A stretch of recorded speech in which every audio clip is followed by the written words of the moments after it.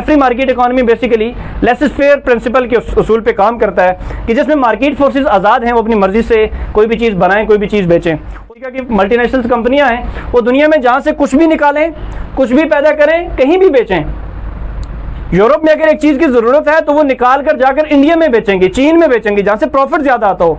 तो free market economy में और सोशलिस्ट मार्केट इकोनॉमी में बेसिक डिफरेंस ये है कि जहाँ स्टेट प्लानिंग करती है तो स्टेट प्लानिंग करते हुए अपने जो मैसेज हैं, जो आवाम हैं, उनकी फ्लोर बहबूद को मद्देनजर रखती है। उसकी मिसाल चाइना और रशिया है। में जो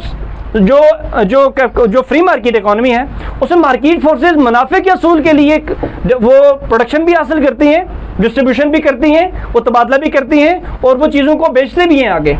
तो मुनाफे के असूल के लिए उनके सामने कोई भी अखलाकियात नहीं होती, उनका अखलाकी मयार, उनका कायदा, उनका मजहब, अकीदा एक ही होता है, वो मुनाफा होता है।